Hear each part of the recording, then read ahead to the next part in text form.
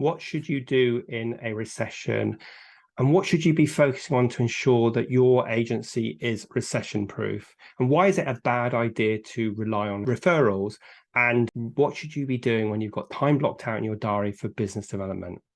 And why is building a brand more important than lead generation? Well, these questions and more we're going to answer in this really broad ranging discussion in today's episode of the Agency Accelerator podcast. And I'm really excited to have with me Ollie Duffy-Lee, who is the founder of the Authority Agency, the growth agency company that supports agencies' business development strategies. Now, I love it when I have guests on the podcast that have a different view to my own. And while Ollie and I agreed on many things, he definitely has a few different opinions to me on business development. So this is a really intriguing episode full of value, and let's get on with the show. Accelerate your agency's profitable growth with tools, tips, and value-added interviews with your host, agency owner and coach, Rob DaCosta.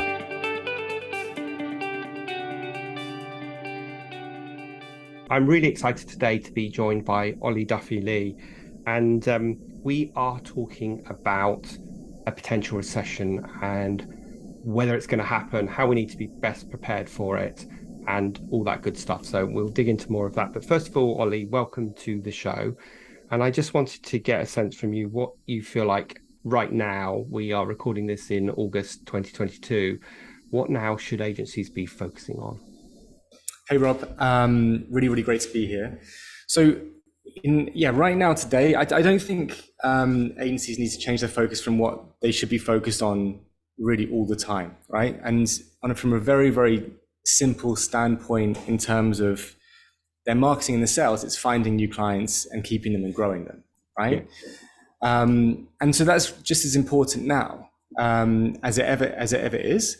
There's one thing that I think is quite scary for agencies at the moment. So I entered the world of work, the agency world, about 2009. So just off the back of the 2008 recession.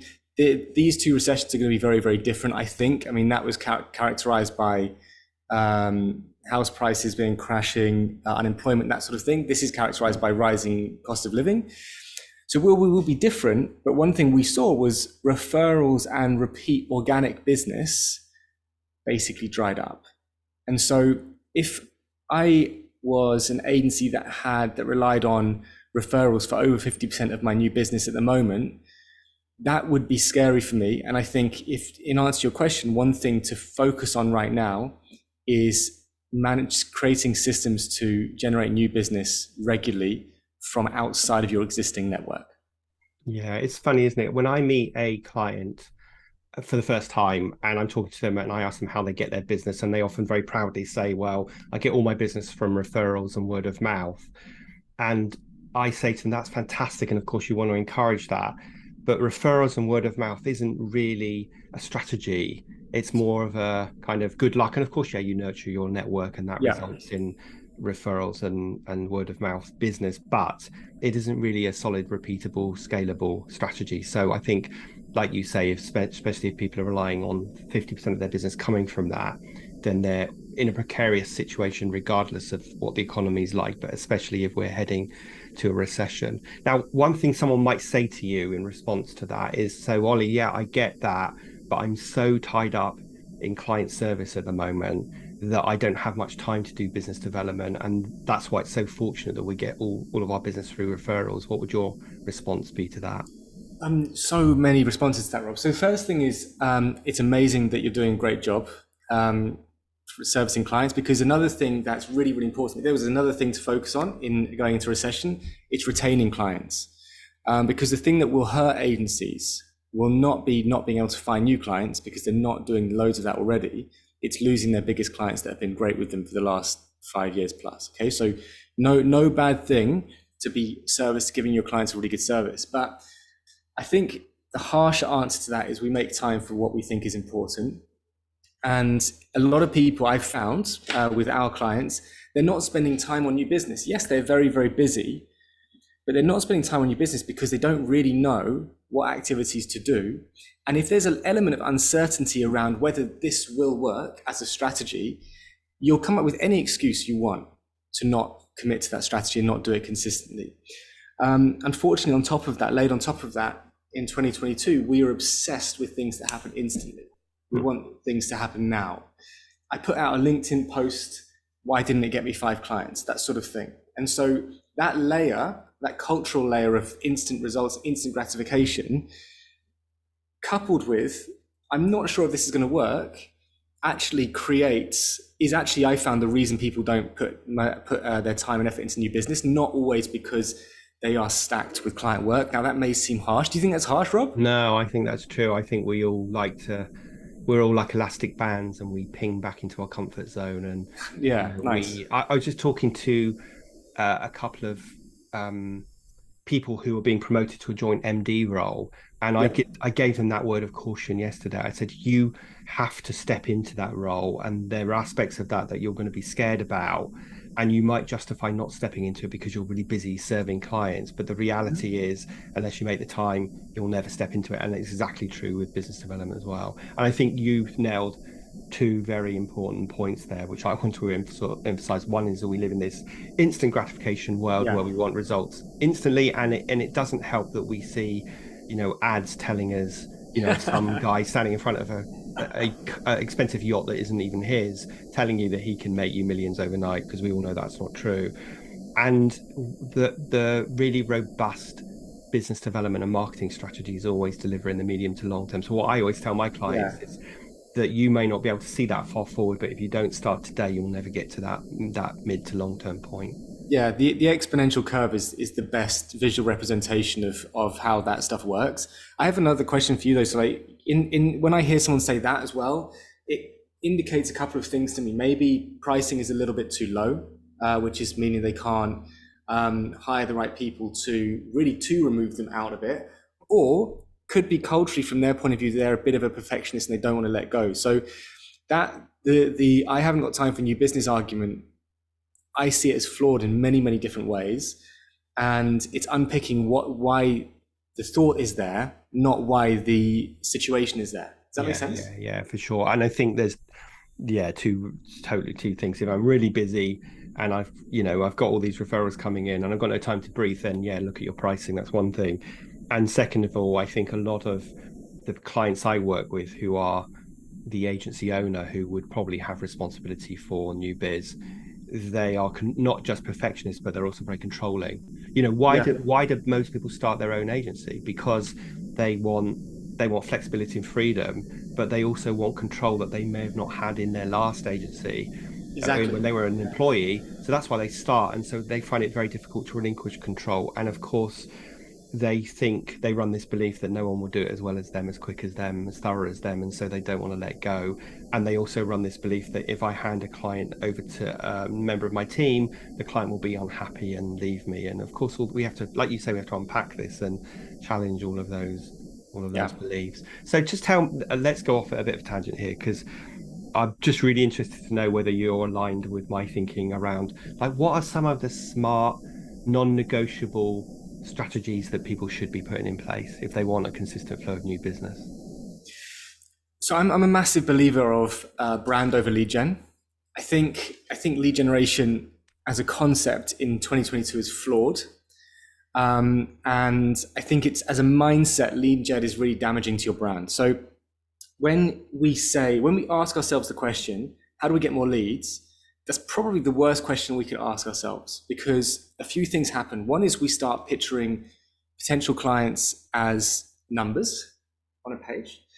But the worst bit, there's 2 other bad things. The other bad thing is that it puts us into chase mode. We really want to be in attract mode. Now, that's not that easy, especially if you're a startup, but you want to be more in attract mode, attracting the right people than chasing. So that's not a good thing. But the worst bit, Rob, is that when we go after leads and we put in this lead gen strategy, and then a referral comes in, we stop, because we're like, oh, well, we did it, the strategy didn't work, but we got a lead from somewhere else. So the leads come in and then we're going to service it. So it's a very up and down temporary thing. So I don't really like lead gen as a strategy. So then you've got to ask a question, how do I build a cool brand around me as a founder and around us as an agency? And non-negotiable today is, how do I build a really cool brand around me as a founder? The main reason why is because it's never been easier. So we've got wonderful, wonderful channels like LinkedIn, for example. If LinkedIn was a physical place, I would spend all my time there. I think it's a wonderful place. But also emerging channels like TikTok. I don't think you can call TikTok emerging anymore, but maybe it is for B2B. YouTube is another great channel where it's really, really easy to target your exact audience and show them through good value-based content that you know your stuff. So non-negotiable, there's loads of other things to layer on top of that, but non-negotiable is building a personal brand around you as the founder. Yeah, so that's really interesting. And that is quite, whilst I completely agree with that, that's not quite the message I give to my clients. I love having guests on the podcast because I learn and evolve my thinking.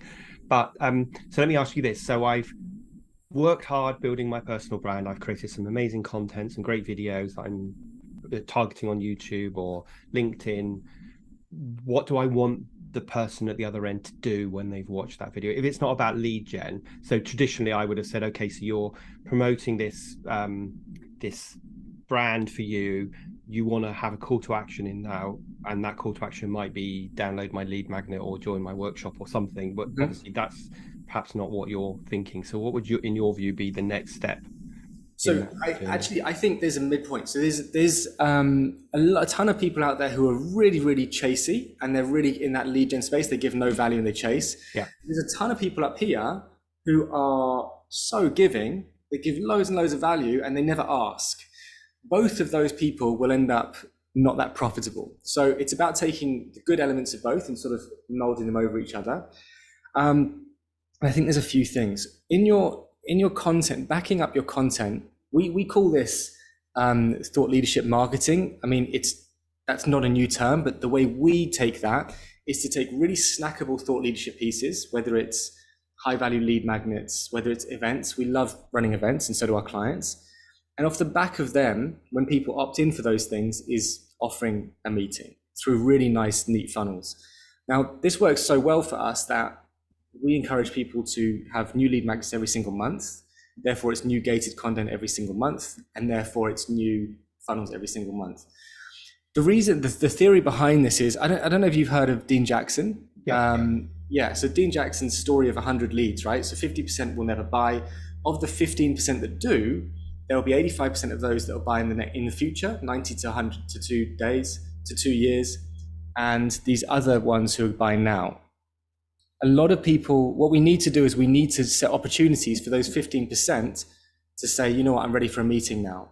And that's where these sort of funnels come in. That's where a nice conversion post with a DM me if you want to hear more might come in as well. Yeah, does that answer your question? Yeah, no, it's great. It's really good. And there's a lot of good value in that. So I always tell my audience, serve, not sell. But I also say exactly what you said, that if all you do is serve, then everybody will love you as a place to learn from, but they will never have a mindset of buying from you. And if all you do is sell, then people are going to get fed up and leave pretty quickly. So I always talk about the 80-20 rule here, that in your content, 80% of the time serve, but you have to have a 20% selling, and you have to work out what that is. And I also, the other thing I say a lot is, if someone says no to you today, that doesn't mean they're saying no to you forever. It just means they're not ready today, and your job is to be in their world at the point when they're in enough pain and they're ready to reach out and buy from you. So that really backs up what you said. So that's really interesting. What's your views on one of the, I'll caveat this with, so it doesn't sound too loaded a question, but I'm always going on to people about the importance of building their email list. I'm always saying it's one of your business's most valuable assets, because you own your list, you don't own your social media. What's your views on that? Essential. I think email. So one of the two crimes that agencies make when it comes to their email list is, one is they don't build one, but the worst one is they have one and they don't email them. So I don't know what they think is going to happen, but they think we're too polite. They think, I don't want to bother my contact. And I tell people you should be emailing your list at least once a week, and often people fall off their chair. I mean, I've emailed my list once a week for years, and yeah, sure, people unsubscribe, but you've got to stay in their world, and they'll forget about you if you don't. So I that's what I think it is. I don't know what your view is. I mean, anyone's from my network who's on my email list that's listening to this will be laughing right now, because we send about depends which list you're on, but we send up to 5 a week on our list, and it's a big mixture of things. Another thing that I see people missing with when it comes to email marketing is too much broadcasting and not enough chat starting. So if we're broadcasting all the time with content and things like that, that's great. Case studies, that's really important. But we like to employ things that, and I learned this from a coach of mine, but what we call spur emails. So short, personal, expecting response emails. So just really short individual emails in a way to start a conversation. Yeah. Because that person who is now become a now buyer, like you said, they don't set a thing in their calendar to say, I need to go and tell Rob and Ollie that I'm now a now buyer, right? They don't say that. So the more opportunities we can give them to present themselves as a now buyer, the better. And starting a conversation like that, something like if you're an e-com agency and you're targeting D2C brands, send an email like, hey, are you still looking to grow your D2C sales from Ollie? That's a great email to send sometimes. So sending personal emails to people, I think, is really, really good at scale. But I mean, I actually, and it's funny, I can just see one's pinged in now, but when people download my book, like the second email they get from me is, hey, Ollie, what kind of agency do you run?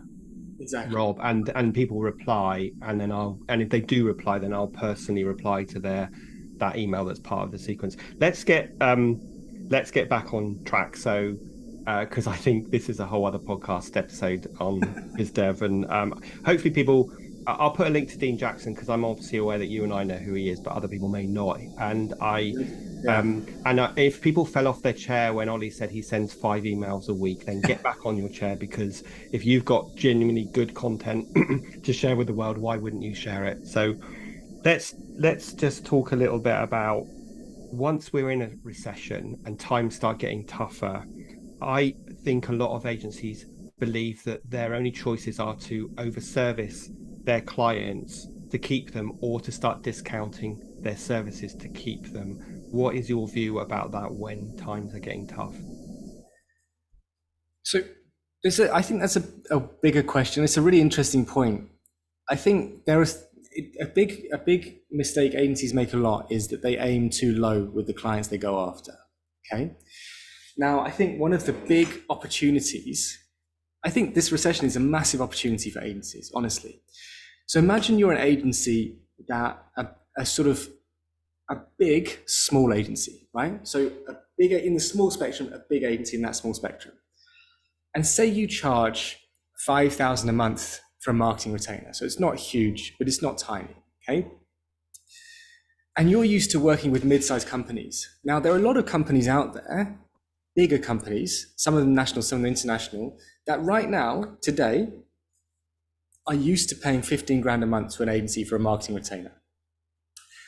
The question you need to ask yourself, if you're that agency, is, are those companies going to stop marketing? Of course they're not. Absolutely not. Are they going to question whether they want to spend 15 grand a month on marketing? Probably. Now that presents a massive opportunity.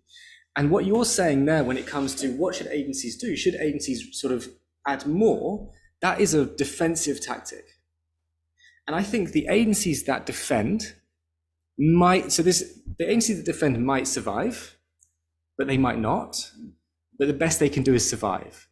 The agencies that attack actually are going to thrive, because they're going to end up with clients that they were miles out of reach before, clients that wouldn't even have looked at them because they were paying 3 times as much, and they just thought, why would I work with an agency like that?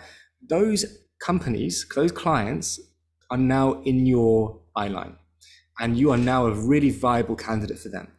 So should you focus on over-servicing current clients or reducing prices? No. I think you should actually be looking at what are these new clients that used to be completely out of reach that now could be open to could be open to working with you.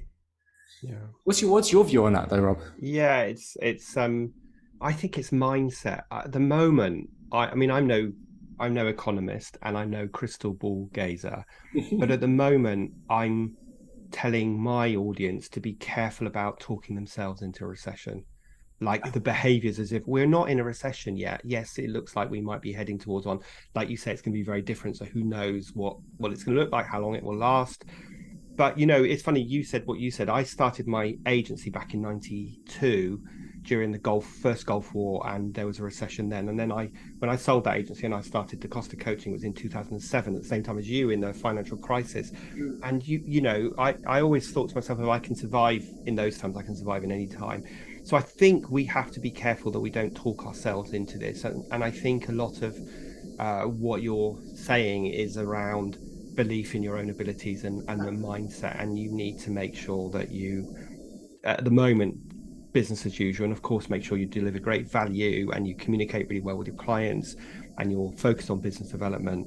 But yeah, I completely agree with you. I think it does present a fantastic opportunity, and I think the either the client or the agency that starts cutting everything is the one that's going to disappear. If a company is saying, oh no, we need to slash our marketing budgets, then they're the ones who are going to have problems, because marketing should be the last thing we cut, not the first thing we cut in a recession. So I completely agree with you. What Only thing I'd add to that, Rob, sorry, just add is I think if you're an agency and you're seen as a safe pair of hands to your client, as a pair of hands, you're vulnerable.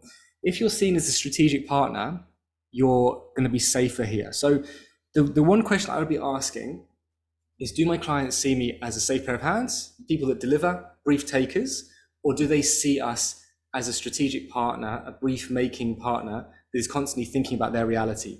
If you're down the hands area, you will be vulnerable, and those are the clients you're risking losing. So if that's where you are now, think about how you can move yourself more towards the strategic end and become a strategic partner, because then you're better value for money. That makes sense. That's great point. And this is perhaps a big question to answer in 10 minutes, but what does an agency need to do to be seen as a strategic partner and not a safe pair of hands? That's so easy. They've got to think for their client.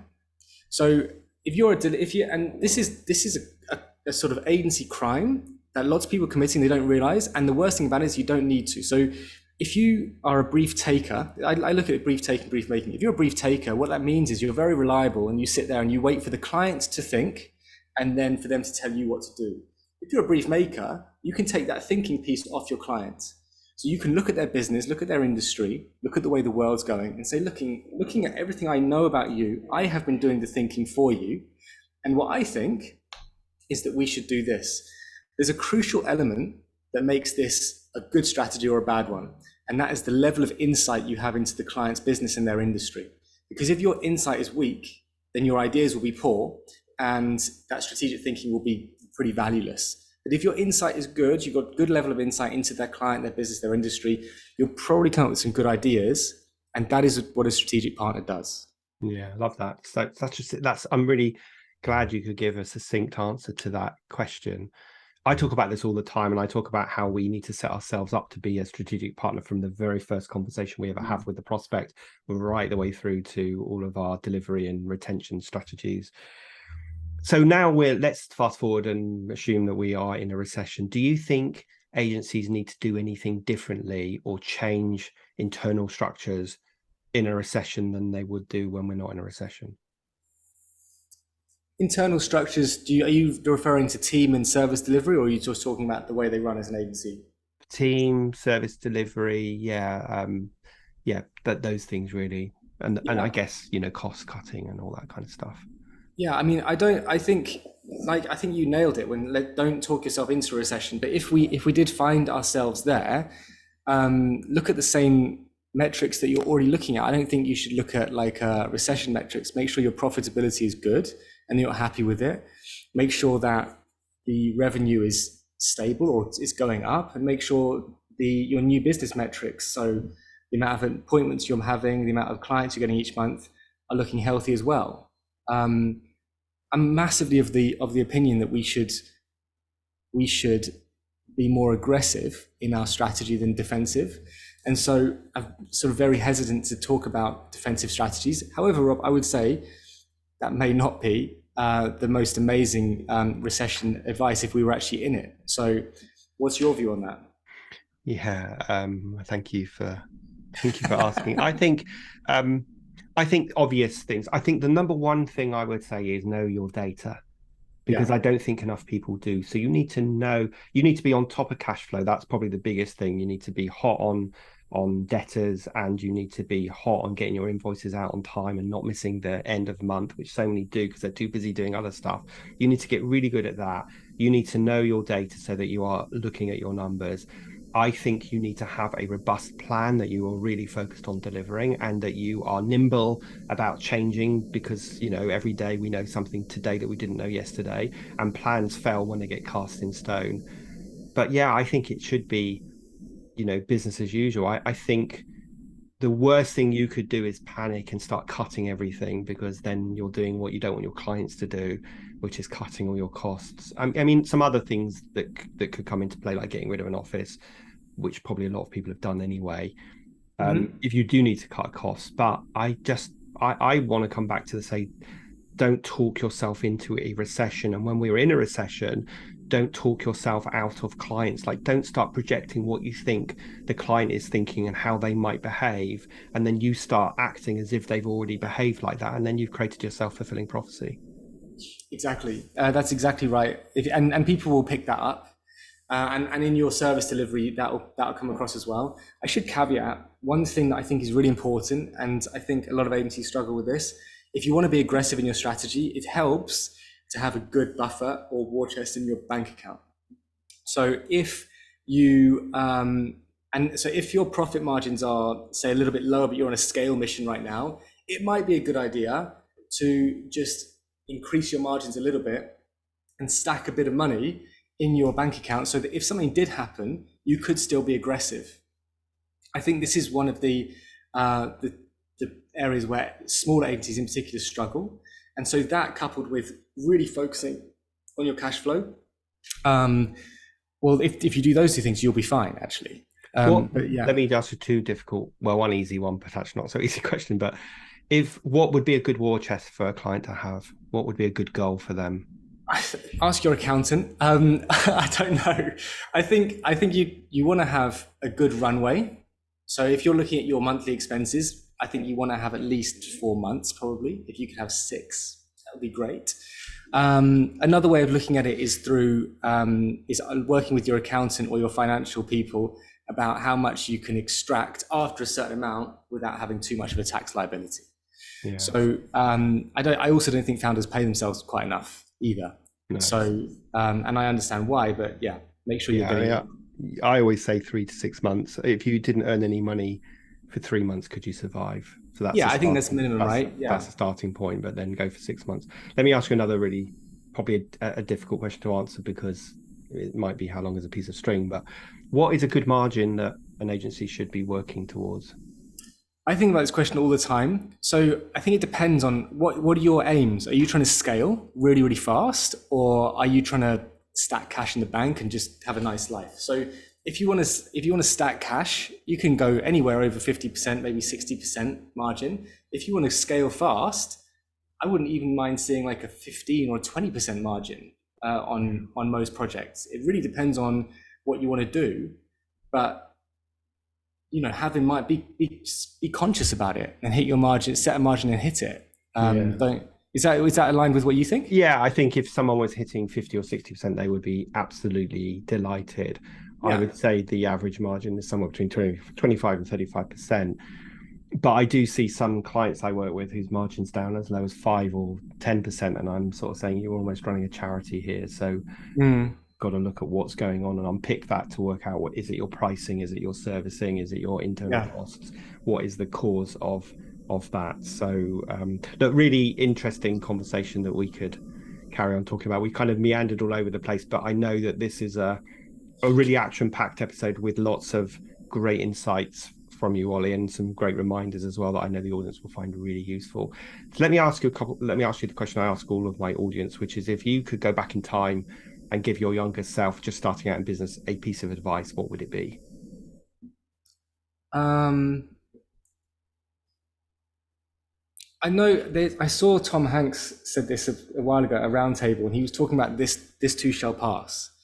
And he was saying, I wish I could remind myself this too shall pass. So when stuff was really bad, this too shall pass. And when stuff is really, really good, this too shall pass. And I think I try really hard to remember that now. And I had when I first started, I just thought that the lows that was just going to be how they were for the rest of time. So that would be the advice I would give myself and any people starting out now.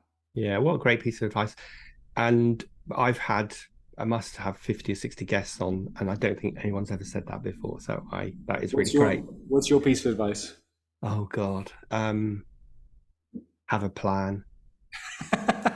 You know, have a plan, have a goal in mind, because I think, like many people, I started my agency through like an opportunity. I was not going anywhere in my job. I was a marketing manager. We couldn't hire I worked in tech. We couldn't hire a good tech agency. So I thought, I know I'm going to start my own agency. I did that, ran it on my own for a year, then hired my first member of the team, and then grew it to 25 staff. And it all happened in a blink of an eye, and I had no control over it. So Wow.